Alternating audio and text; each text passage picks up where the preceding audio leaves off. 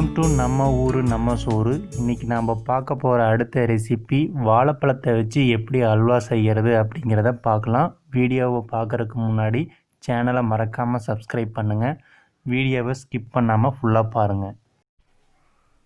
வாழைப்பழ அல்வா செய்கிறதுக்கு ஒரு 4 வாழைப்பழத்தை நான் சின்ன சின்ன துண்டாக கட் பண்ணி ஒரு மிக்ஸி ஜாரில் எடுத்துக்கிறேன். எந்த வாழைப்பழமாக இருந்தாலும் பரவாயில்ல. நான் பூவன் பழம் எடுத்துருக்கிறேன். இப்போ இதை அரைச்சி கூழ் மாதிரி எடுத்தாச்சு. அடுத்ததாக ஒரு பவுலில் 1.5 ஸ்பூன் சோள மாவை தண்ணியில் கரைச்சி எடுத்துக்கலாம். இது எதுக்கு அப்படின்னா அல்வா பதம் வரதுக்காக இந்த சோள மாவை நம்ம சேர்த்தணும். இல்லைன்னா கூழ் பதத்தில் தான் இருக்கும். இப்போ இதை நல்லா தண்ணியில் கரைச்சி கட்டி சேராமல் கரைச்சிக்கணும். ஓகே, இதை தனியாக எடுத்து வச்சுக்கலாம். அடுத்ததாக அல்வாவுக்கு இனிப்பு சுவையை கொடுக்கணும். அதுக்காக நான் ஒரு 3 ஸ்பூன் நாட்டு சர்க்கரையை தண்ணியில் கரைச்சி எடுத்துக்கிறேன். இது கொஞ்சமாக இருந்தாவே போதும். ஏன்னா ஆல்ரெடி பழத்துலேயே இனிப்பு தன்மை இருக்கும். அதுக்காக உங்களுக்கு தேவையான அளவு எடுத்துக்கோங்க. நான் 3 ஸ்பூன் எடுத்துருக்கிறேன். இதை தனியாக வடிகட்டி எடுத்து வச்சுக்கிறேன். அடுத்ததாக அல்வாவுக்கு நம்ம ஒரு கலர் கொடுக்கணும். அதுக்காக நான் ஃபுட் கலரை ஒரு சிட்டிகை அளவுக்கு எடுத்துக்கிறேன். இது வேறு ஒன்றும் இல்லை, ஜிலேபி பொடி தான். இதை நல்லா தண்ணியில் கலந்து இதையும் தனியாக எடுத்து வச்சுக்கலாம். அடுத்ததாக பாதாம் பருப்பும் முந்திரி பருப்பையும் சின்ன சின்ன துண்டாக கட் பண்ணி அதை நெய்யில் வறுத்து எடுக்க போகிறோம். அதுக்கு நான் 2 டேபிள் ஸ்பூன் நெய் ஃபுல்லாக எடுத்துருக்கிறேன். அது கூட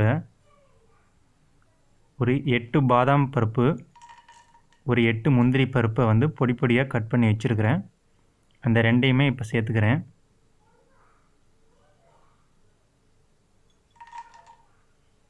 ஓகே, இதை நல்லா நெய்யில் வறுத்து எடுத்துக்கலாம்.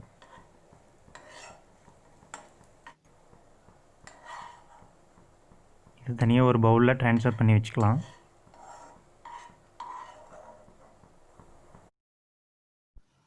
அடுத்ததாக அதே கடாயில் நம்ம ஆல்ரெடி அரைச்சி வச்சுருக்கிற வாழைப்பழத்தை சேர்த்துக்கலாம். இது கொஞ்சம் நேரம் வச்சுருந்தா இந்த மாதிரி கெட்டியாயிரும். அது ஒன்றும் ப்ராப்ளம் இல்லை.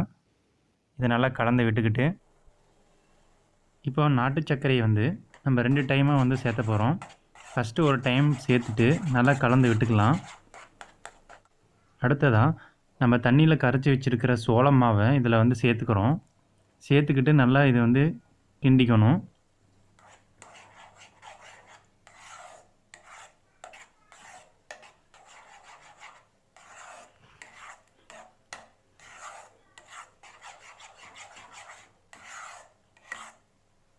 இப்போது மீதம் இருக்கிற சர்க்கரையை ஃபுல்லாக சேர்த்துக்கலாம். இதை இன்னொரு வாட்டி நல்லா கலந்து விட்டுறலாம். இப்போது கொஞ்சமாக நெய் சேர்த்துக்கிறேன்.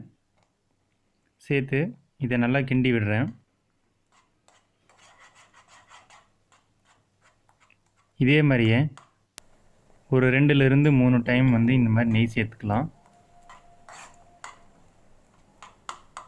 அந்த நெய் அப்சர்வ் ஆகி பழத்தோட பச்சை வாசம் போகணும். இப்போது இதுக்குன்னு உண்டான ஃபுட் கலரை நான் சேர்த்துக்கிறேன். இதை நல்லா கலந்து விட்டுக்கிட்டு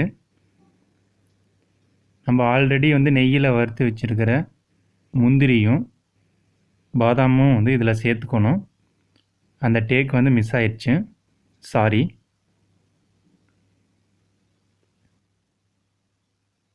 ஓகே, இப்போ பாதாம் முந்திரியும் சேர்த்தாச்சு. இதை நல்லா கலந்துக்கிட்டே இருக்கணும். இப்போது கொஞ்சம் கொஞ்சமாக இதில் நெய் சேர்த்துக்கணும்.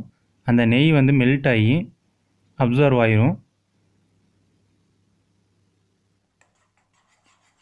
ஓகே, இந்த மாதிரி கண்டினியூஸாக அல்வா பதம் வர வரைக்கும் நம்ம கிண்டிகிட்டே இருக்கணும். பழத்தோட பச்சை வாசம் போய் அல்வா பதம் வரும்.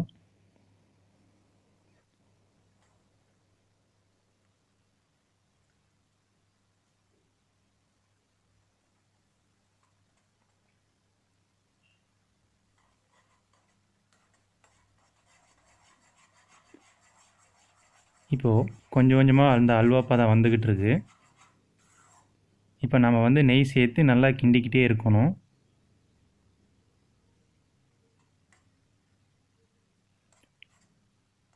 அந்த நெய்யை அப்சர்வ் பண்ணிவிட்டு இந்த பழத்தோட பச்சை வாசம் எல்லாம் போய் அருமையான அல்வா பதம் வந்து கிடைக்கும். இப்போது இது கடாயில் ஒட்டவே ஒட்டாது.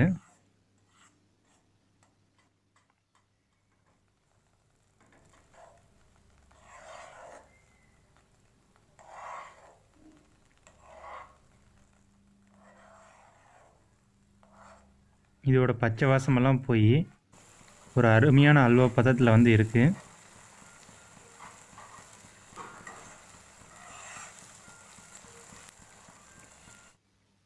ஓகே, அல்வா ரெடி ஆயிடுச்சு. இதை நம்ம வந்து தனியாக வந்து ஒரு தட்டில் வந்து மாற்றிக்கலாம். மாற்றிட்டு ஒரு 1 hour பக்கமாக வந்து இது செட் ஆகணும்.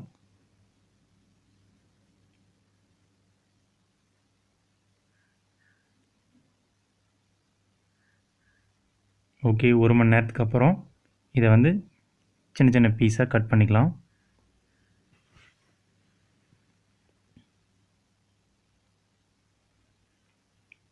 ஓகே, வாழைப்பழ அல்வா ரெடி ஆயிடுச்சு. இது பாருங்கள் எவ்வளோ சாஃப்டாக இருக்குது. இதோட டேஸ்ட்டும் செம்மையாக இருக்குது. ஓகே, ஒரு சுவையான வாழைப்பழ அல்வா ரெடி ஆயிடுச்சு. இதை நீங்கள் உங்கள் வீட்டில் வந்து ட்ரை பண்ணிவிட்டு எப்படி இருக்குன்னு சொல்லி கமெண்ட் பண்ணுங்கள். உங்கள் ஃப்ரெண்ட்ஸ்க்கெல்லாம் ஷேர் பண்ணுங்கள். மறக்காமல் சேனலை வந்து சப்ஸ்கிரைப் பண்ணுங்கள். பெல் ஐக்கானை கிளிக் பண்ணுங்கள், லைக் பண்ணுங்கள். தேங்க்யூ.